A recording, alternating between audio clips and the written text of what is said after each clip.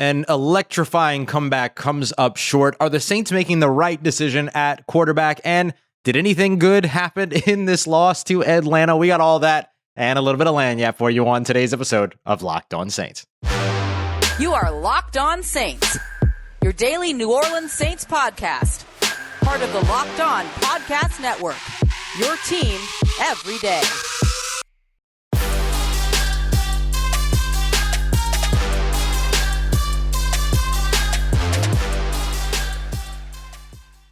What is good, Who Dat Nation and Who Dat family? Welcome into this Misery Monday episode of Locked On Saints, your daily podcast covering the New Orleans Saints, part of Locked On Podcast Network, your team every day. Thanks again, as always, for making us your first listen of the day every day. Don't forget that we're free and available on all platforms, including on YouTube as well. I'm your host, Ross Jackson, at Ross Jackson Nola on Twitter, Canal Street Chronicles, Locked On NFL, and here with you every single Monday through Friday on Locked On Saints. And the New Orleans Saints almost did it, right? 18-point deficit, clawed their way back into it. A bit of an electrifying fourth quarter comeback with just 8 minutes left in the game.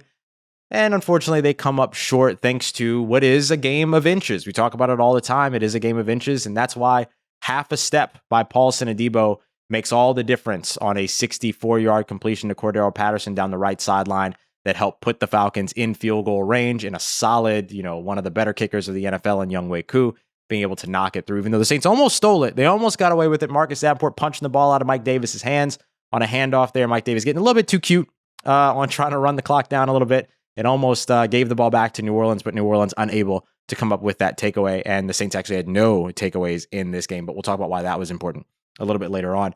I want to start off with what it is that is the reason that the New Orleans Saints weren't able to complete this comeback. We'll start with the big story, which of course comes down to the pass catchers. Now, I would love to be talking about Trevor Siemian here because I actually think Trevor Siemian played a good game. And I want to be very clear about this when we're talking about the passing game being subpar in this one and being something that was of detriment to the New Orleans Saints.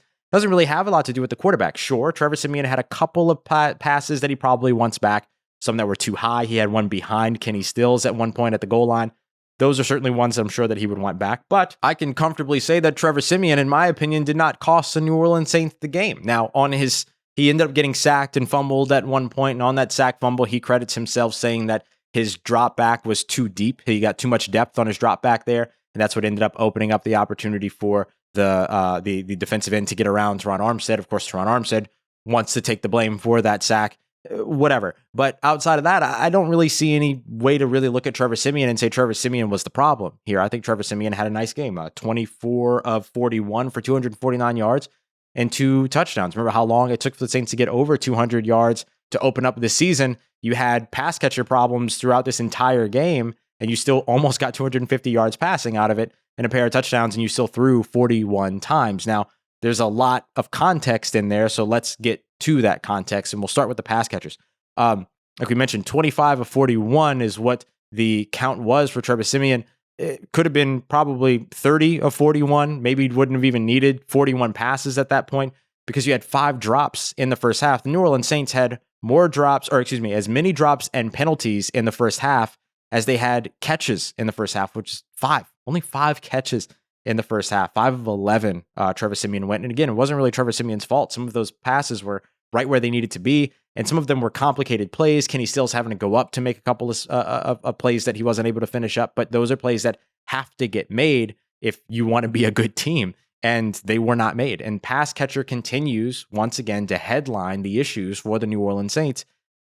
And I would love to say again this season, but really we've been talking about pass catcher in New Orleans for the past 4 years because we've been saying who's going to be the guy opposite Michael Thomas. Great that Michael Thomas went out there and caught 149 passes in one season, but who was going to be the guy opposite? Now, the Saints have done some things. They went out, they tried to get Adam Humphries. They weren't able to do that. They tried to trade for Emmanuel Sanders, weren't able to do that. So then they signed him the following offseason. They brought in Jared Cook. They brought in enough. And then you look over at the trade deadline this season, tried to get Odell Beckham Jr., tried to get Darius Slayton, but unfortunately weren't able to. So there's a lot of trying to, but not always being able to address the issue. And now it is glaringly obvious that it's an issue, particularly when there was the opportunity to address this position over the course of the offseason, knowing that Michael Thomas wasn't going to be back for the beginning of the season. So with all of that information, the Saints still didn't really do anything at the pass catcher spot. And now we don't get the luxury of saying, oh, that pass was dropped. No worries. Michael Thomas will catch that pass. Or the receivers are struggling to get open. No worries. Michael Thomas is going to show up. He's always open, and he'll draw the attention of the defense, which will open up other players. That's just no longer a reality for the New Orleans Saints at this point because Michael Thomas is not coming back. So with that being the case, these pass catchers have to get better as they are. And I know that, Odell Beckham Jr. is set to be a free agent. He's expected to pass through waivers. There's still a chance he gets picked up through waivers, but the expectation is that he won't. And then he'll become a free agent. And the New Orleans Saints are reportedly on his list of teams that he's interested in, but so are Seattle. And so is the San Francisco. And who's to say that Odell Beckham Jr. doesn't look at them as more of a competitor than the New Orleans Saints, right? I'm sure he could look at the New Orleans Saints and say, hey, I can help them because the Saints made that blatantly obvious today. But are they enough of a competitor at this point to attract Odell Beckham Jr.? That is what remains to be seen, and we won't know until a decision is made. So the New Orleans Saints still struggling at pass catcher there at the skill position. Lots of penalties in this one as well. Another big issue for them. 10 penalties for 74 yards. Again, 5 of those penalties in the first half. 7 penalties on the offense, most by the offense so far this season. Killed 2 drives that ended up getting into Atlanta territory. Some of those penalties, so not great there. To where the New Orleans Saints were not only battling against a Atlanta Falcons team that showed up ready to fight, but they were having a battle against themselves. And one of the things that we talked about when it came to the keys to victory for this game was that New Orleans couldn't give Atlanta the help that they needed, and they absolutely did. And one of the ways that they did that was through penalties.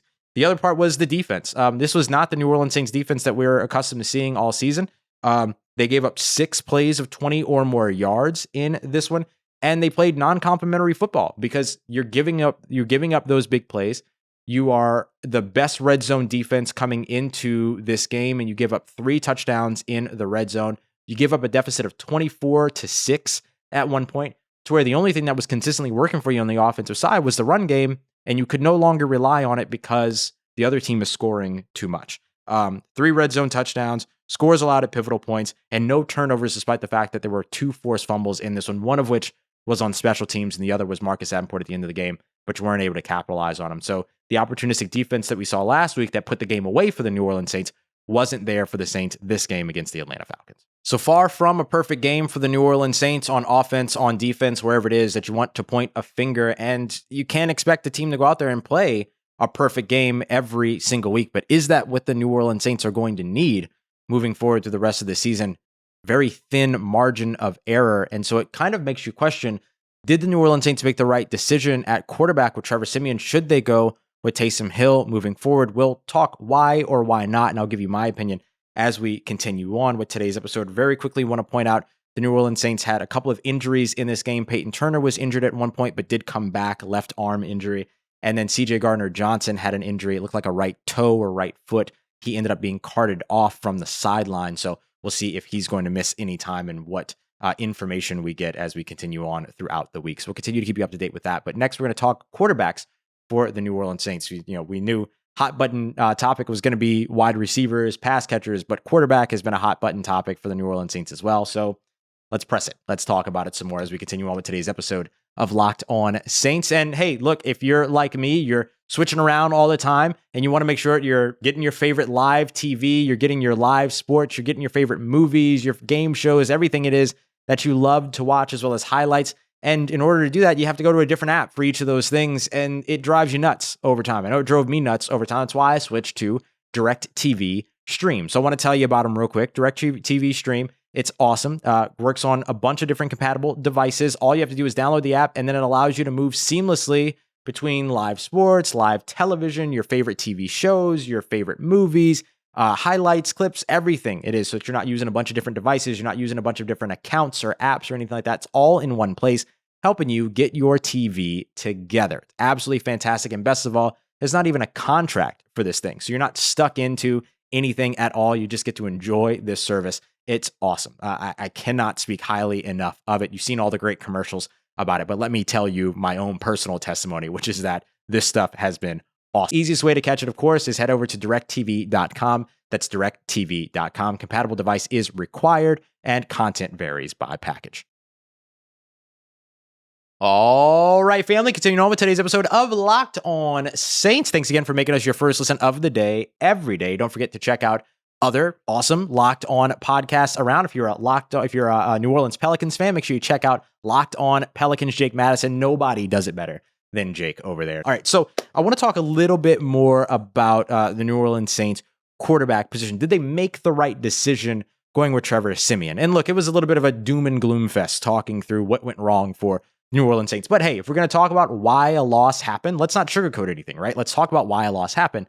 And I wanted to be very clear at the very beginning of the episode that I don't think that this loss happened because of the Saints' decision at quarterback, but should they make a different decision moving forward? How do those two things equate? So here's the deal. I don't put this loss on Trevor Siemian. I think Trevor Siemian actually played a really nice game, actually. Again, that 25 of 41 looks a lot different for 249 yards and 2 touchdowns, looks a lot different if it's, if you take away those 5 drops and you make those all completions, then all of a sudden you're talking about 30 of 41. You're probably looking at over 300 passing yards and maybe even looking at another touchdown, depending upon how the rest of that drive shakes out. But, that's easy to say, right? If these things weren't these things, but were these things instead, then they're good, right? So what is that? But when it comes down to it, if you look at where the New Orleans Saints are, should they make a different decision moving forward at quarterback? Might not actually have anything to do with the quarterback position, might have everything to do with the lack of pass catching ability that this offense has shown to consistently have outside of maybe Deonte Harris. And of course, Alvin Kamara, Mark Ingram now, stuff like that. But when it comes to these other receivers, these tight ends, the Saints have struggled here. And it kind of makes you wonder why, and maybe we'll get more information about this later on throughout the week, but it kind of makes you wonder why Juwan Johnson was inactive in this game in a healthy scratch.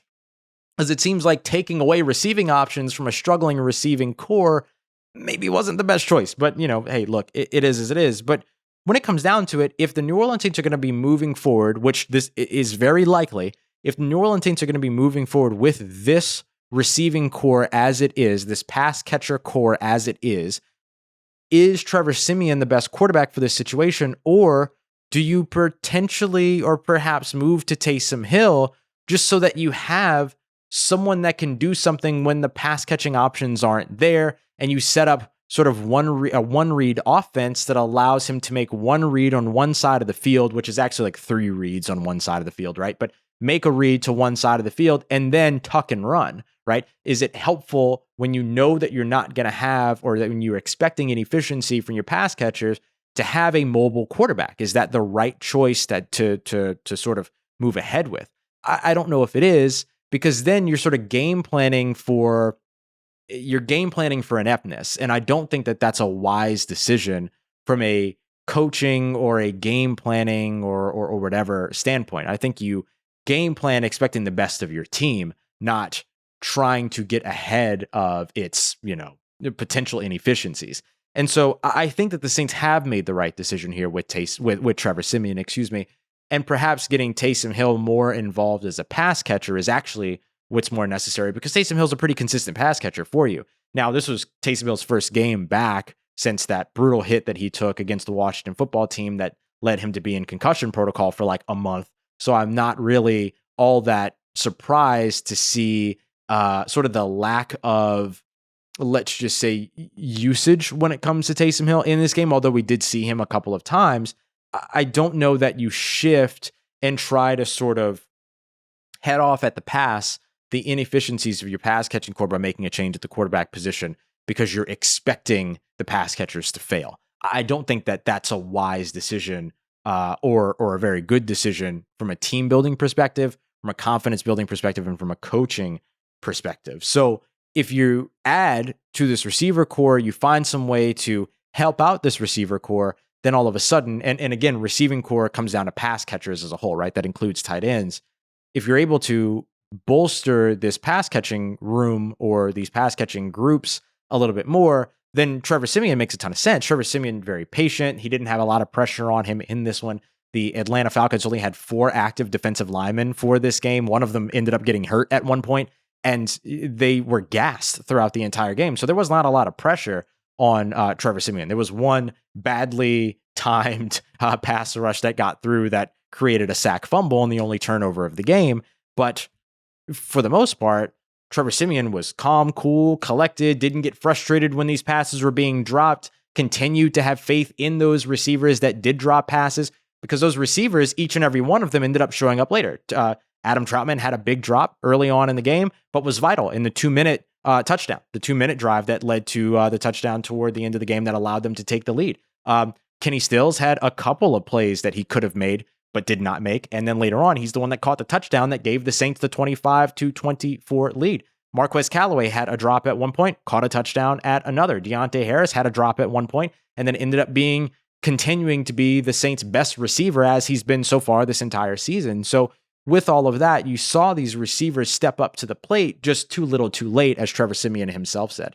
And then beyond that, it was the players around on the opposite side of the ball that ended up giving up the game, quote unquote, if you will, because again, it's a game of inches, and Paulson Adebo had one half step that pulled him down from Cordero Patterson, and Cordero Patterson got open over the top for a big 64-yard catch and run that led to Younghoe Koo being in position to kick the field goal to get the win. So when you break it down and you sort of look at, okay, this led to this, this led to this, this led to this, I think that there's enough for you to say, okay, maybe the New Orleans Saints ended up having a bad game here, but there's enough to sort of look at and say, there are easy ways to make fixable adjustments moving forward to help this team excel moving ahead. But the biggest issue is going to continue to be pass catcher, not pass thrower, not the passer. They're actually doing fine there. I thought Trevor Siemian, again, did a good job.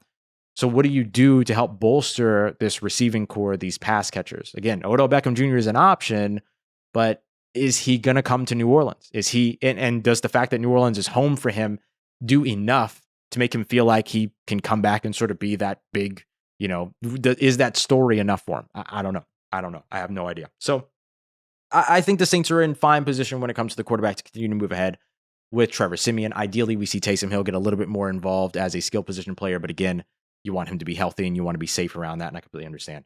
So big question mark there in terms of what the Saints do to get better moving forward. But there were still some positive things to take away from this game. With every loss, we always like here on Locked On Saints to leave on a good note.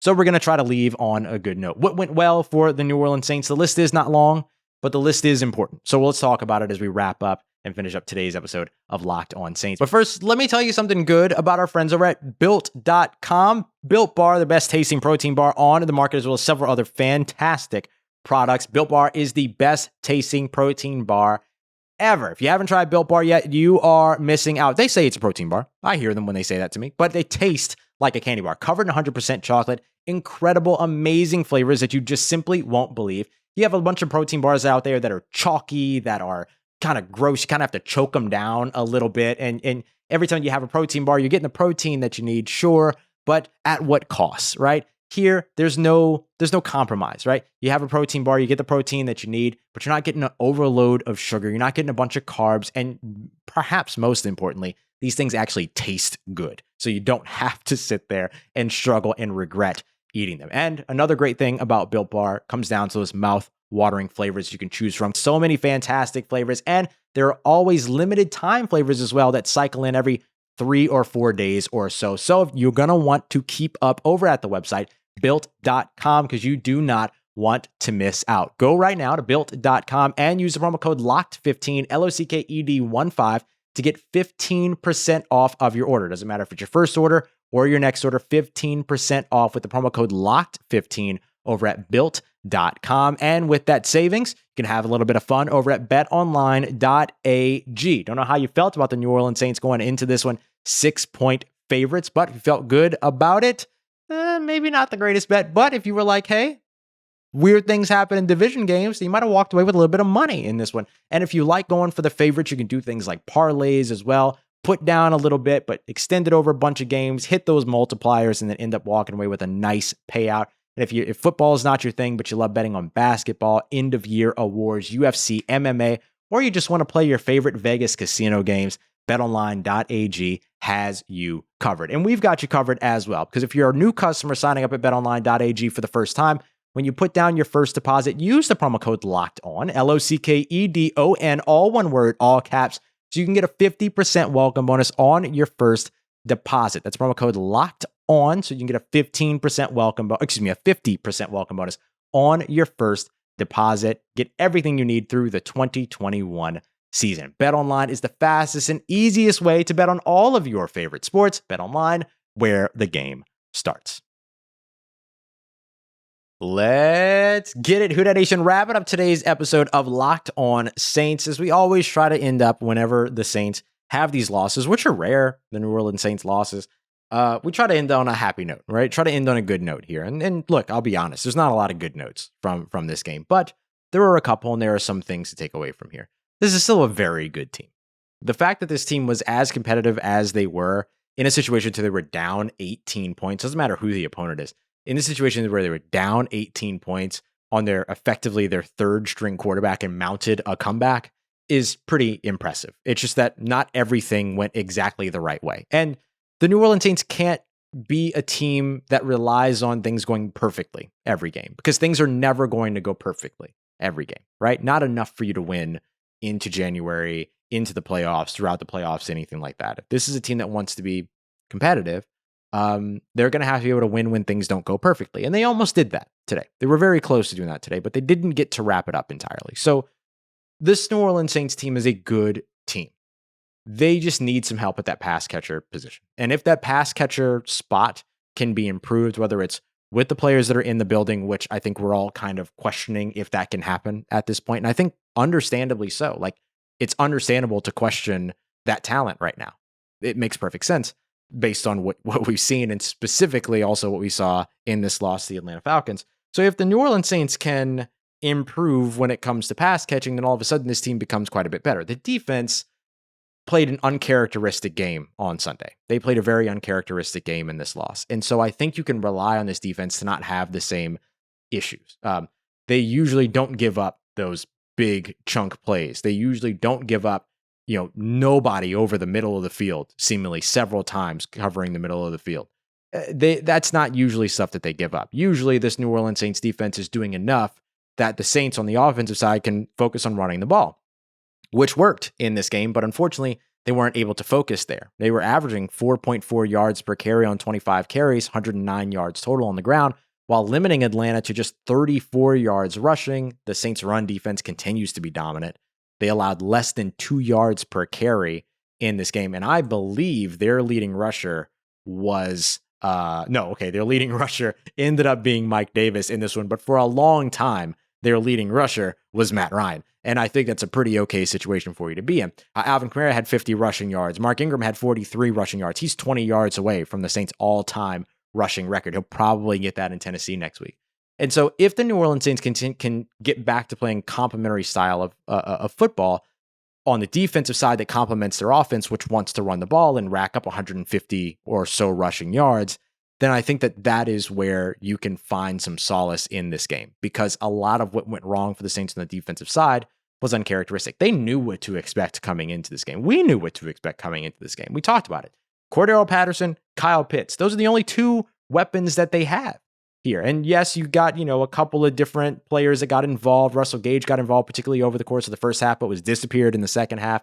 And then Zacharias ended up with 2 touchdowns, which was less than ideal. But again, those were red zone touchdowns. Those were really his only receptions, his only targets were in the red zone. And that's usually where this New Orleans Saints defense is much better than what we saw on Sunday. So I think you can expect this defense to continue to get better. We've seen the evidence over and over again. I've seen a lot of people trying to rip the defense, and this is typical Dennis Allen defense, and the defense doesn't close games out and things like that, when we've seen the defense close games out several times already this season. Last week, the defense was in the exact same position that they were in this week, but the cookie crumbled differently this time than the cookie crumbled last week. So sometimes that's going to happen. The Saints right now are 2-2 on games decided by a single score so far this season. You want to see them get better there. And I think that they can. The biggest question mark is going to be, can they get better at pass catcher? And the good news for the Saints is that they have a quarterback that can do enough, right? He has done enough in Trevor Siemian, but they have to improve that pass catching group. And either it's with the players that are already there, or it's by bringing somebody in. And whether that's Odell Beckham Jr., which would be great, be lovely to just have an all-pro fall into your lap to help bolster your team. That'd be awesome. But otherwise it's, Deonte Harris, who has been incredibly reliable for you so far this season. And maybe one other receiver just get into rhythm. One other pass catcher get into rhythm. that's it. Like, that's how close they are. They're close. They're that close to being a reliably good team. We'll see what they can do when they're on the road. Again, they have been a team that feels like they have been more successful on the road than they have been at home. That's not actually true from a record standpoint, but the games look cleaner away from home. We'll see if they're able to do that again. And if the defense rebounds off of the performance that they had this week, they're very disappointed by this. What ends up happening with CJ Gardner-Johnson out? The good news is that the Saints have, again, we always run in on the good note here, the Saints have the personnel that they need in the secondary to be able to make up for it, right? PJ Williams can play in the slot. Bradley Roby can play in the slot. Paulson Adebo got a lot of work in the slot over the course of the offseason as well. Do they feel like Paulson Adebo needs a little bit of time to kind of sit and chill for a little while? Fine. They've got Bradley Roby who can step into that. The New Orleans Saints have the players that they need to be very, very good. They have them. It's just finding the one piece that they are missing, which is that reliable pass catcher and bolstering that pass catching group. They continue to be a team that is just feels like it's one piece away. Even now, knowing that Michael Thomas isn't coming back, still feels like they're one at least move away or one position group away from being a good enough team to continue to be a challenger throughout the rest of this season. So we'll see if the New Orleans Saints can do that. All eyes will be on Odell Beckham Jr. as he hits waivers on Monday. We'll know Tuesday afternoon if he ends up being claimed or if he hits the free agent market. And I think very soon after that, we'll know if he ends up signing. A lot of reports have linked the Saints to Odell. They've also linked Seattle and San Francisco to Odell as well. And a lot of reports coming out saying that Odell wants to go to a competitor. So have the Saints done enough to still remain in that definition as a competitor so far this season? I mean, as well as San Francisco has for sure, and maybe as well as Seattle has, considering that New Orleans beat Seattle. So we'll see exactly what it is that the New Orleans Saints do and are able to do before they head to their next game against the Tennessee Titans. As always, we'll have you covered every step of the way here throughout the week, Monday through Friday on Locked on Saints. Thanks as always for making us your first listen of the day. For your second listen, go and check out the Peacock and Williamson NFL show, a wild weekend around the NFL. Get all the downloads that you need in less than 30 minutes with Brian Peacock and Matt Williamson over at the Peacock and Williamson NFL show. I will see y'all tomorrow, Tuesday's Analytics Tuesday. We'll dig in, we'll dive a little bit deeper. We'll talk about this loss by the numbers as well as individual standout performances. And then we'll continue on with Film Watch Wednesday, crossover Thursday with our good friend Tyler Rowland of Locked on Titans. And then on Friday, Keys to Victory. So we can do it all over again as the New Orleans Saints travel to Nashville to take on the Tennessee Titans. We'll have all of that. And of course, a little bit of lanyap as we go through the rest of the week. Thanks as always, y'all. I appreciate you for everything in between all that. Make sure you follow me on Twitter at Ross Jackson, NOLA. Hit me up. Let me know how the family's doing. Let me know how you're living. Let me know how your mom and them. And trust you, that nation. I'll holla at you.